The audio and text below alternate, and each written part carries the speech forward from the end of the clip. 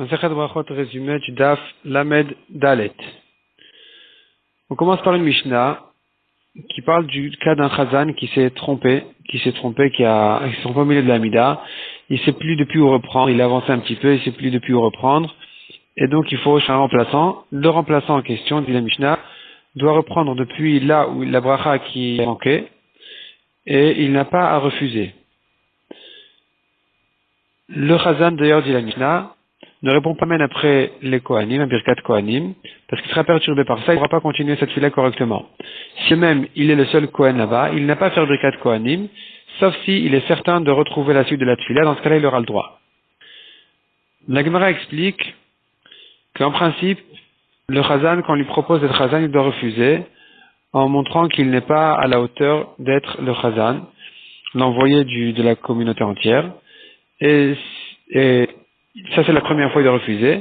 Une deuxième fois, quand on lui dit de venir quand même, il doit s'apprêter à venir, en hésitant un peu, et la troisième fois, il y va.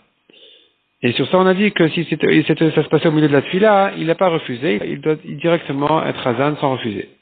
La Gemara ensuite ramène une marloquette. Donc, déjà, ça c'est clair. Ce qui est clair, c'est qu'un Hazan qui s'est trompé, ou n'importe qui s'est trompé dans les 3 premières brachot de la Mida, il doit reprendre depuis le début. Dans les 3 dernières, il doit reprendre depuis le début des 3 dernières.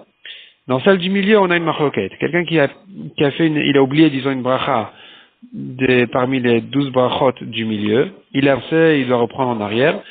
Est-ce qu'il doit reprendre depuis la bracha qu'il avait oubliée ou pas? La Gemara, elle dit que selon Ravuna, il reprend depuis le début des 12. Donc depuis la 4e bracha, depuis Atachonen. Selon Ravasi par contre, il n'y a pas d'importance dans l'ordre des brachot. Il peut, là où il en est, il peut faire la bracha qu'il a oubliée et continuer là où il est arrivé. Donc si par exemple il avait oublié la 4e bracha, il est arrivé à la 7e, il fait après la 7e la 4e et il continue à la 8e. Autre halakha dit la Gemara, on n'a pas le droit de demander ces demandes personnelles, ni dans les 3 premières brachot, ni dans les 3 dernières brachot de la Mida, mais que dans celle du milieu. Parce que les 3 premières et les 3 dernières, elles sont les 3 premières, c'est une louange vers le roi, vis-à-vis du roi. Les 3 dernières, c'est une manière polie de séparer du roi. Donc c'est pas le moment de demander des demandes personnelles. Dans celle du milieu, il n'y a pas de problème. La Gemara ensuite raconte l'histoire d'un élève qui était Chazan et qui faisait une longue tfila. Longue tfila, pas forcément lente, mais longue, il avait beaucoup à dire. Et on a dit à Rabbi Eliezer, regarde combien il est long. Il leur a dit, mais mon cher Rabbi, il a fait 40 jours et 40 nuits de tfila. Donc il n'est pas si long que ça.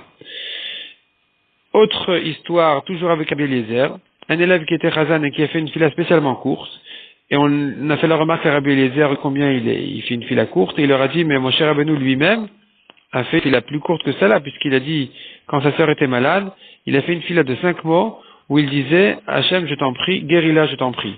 5 mots de tfila, dans la Torah, ça fait 5 mots, et donc on voit que on peut faire une fila aussi très courte. Maintenant, aujourd'hui on a un sidour, on doit faire la fila qui est écrite dans le sidour, mais les filas personnelles peuvent être des fois longues, des fois courtes, il n'y a pas de problème.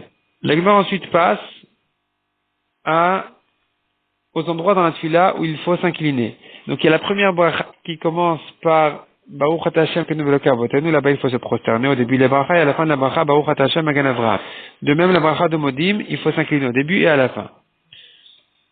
La Gemara dit, ça c'est pour un homme simple, classique. Maintenant, le Kohen Gadol, lui, il doit se prosterner plus que ça, à la fin de chaque bracha.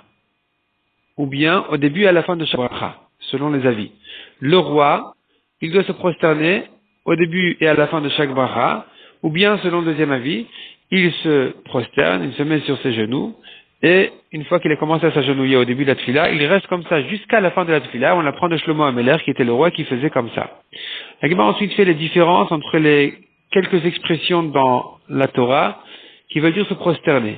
On a ce qui s'appelle kida. La Gemara explique que ça veut dire s'incliner avec la face jusqu'au sol. On a ce qui s'appelle hishtrava, qui veut dire se prosterner avec les mains et les pieds étendus complètement par terre couchée. Et on a aussi ce qui s'appelle kriya, qui veut dire s'agenouiller, donc c'est sur ses genoux uniquement. Et la Gemara raconte que Abaye Rava après la Amida, quand il faisait ce qu'on appelle aujourd'hui Tachanoun ou Nefilat Apaim, donc il n'était pas couché complètement au sol, mais il se penchait un petit peu sur le côté. La Gemara ensuite dit, en ce qui concerne Modim, on a vu qu'il faut se prosterner au début et à la fin, mais cependant, il il y a le modim du Hallel, donc Odou Hashem Kitov, et Nodelecha de Birkat Amazon, qui est aussi une bracha de remerciement, pendant lesquels on n'a pas à se prosterner. Mishnah suivante. Quelqu'un qui fait sa propre tefila et s'est trompé, c'est un mauvais signe pour lui. La Gemara dit qu'il s'agit de la première bracha, parce que ça montre qu'il ne veut pas s'engager dans la tefila, il n'est pas intéressé par la tefila. Bien, la Gemara dit selon notre version, il y a une halakha qui dit de se concentrer pendant la tefila, pendant toute la tefila a priori au moins une des brachot de la tefila, laquelle, et c'est sur ça qu'on a dit qu'il s'agit de la première, parce que la concentration dans la première bracha, elle est obligatoire, sans ça on n'est pas quitte de la tefila. Donc au moins pensez aux mots de la première, au sens des mots de la première bracha, jusqu'à Magan Avraham.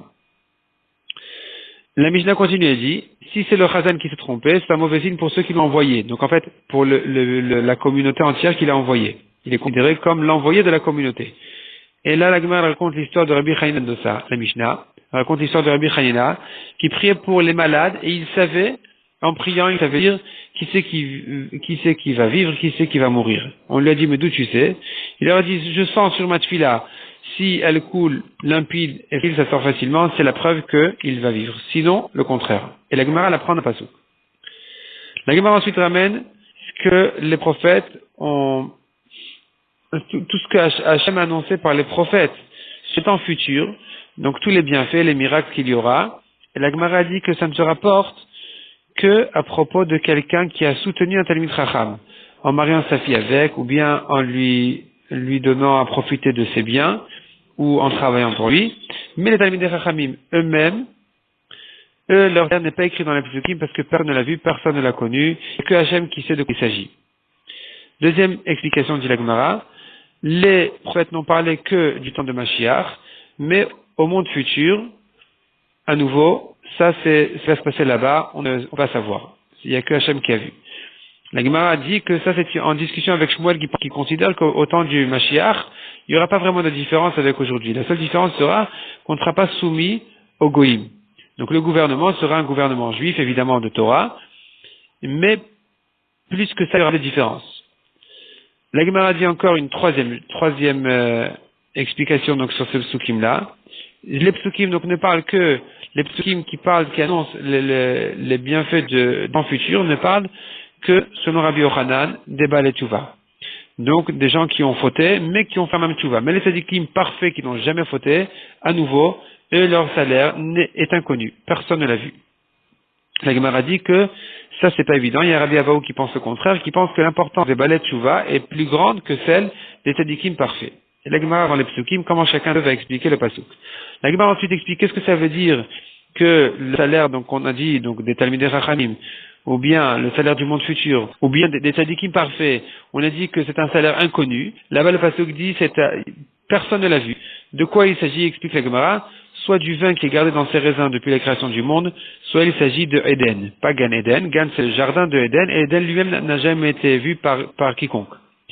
La Gemara ensuite ramène deux histoires sur Rabbi Chanina ben Dosa, qui priait pour les malades, et il savait immédiatement que le malade allait guérir, en s'expliquant que cette fille-là elle lui est sortie facilement, et il a compris qu'il avait guéri. Effectivement, c'était comme ça.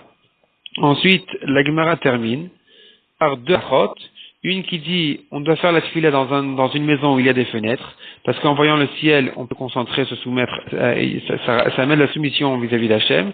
Deuxièmement, dit la Gemara, quelqu'un qui raconte ses fautes, sa vérote, il en a pas honte, il est aussi insolent. Et on l'apprend d'un pasuk qu'il faudrait cacher ses péchés. Il n'y a pas besoin de les raconter aux autres.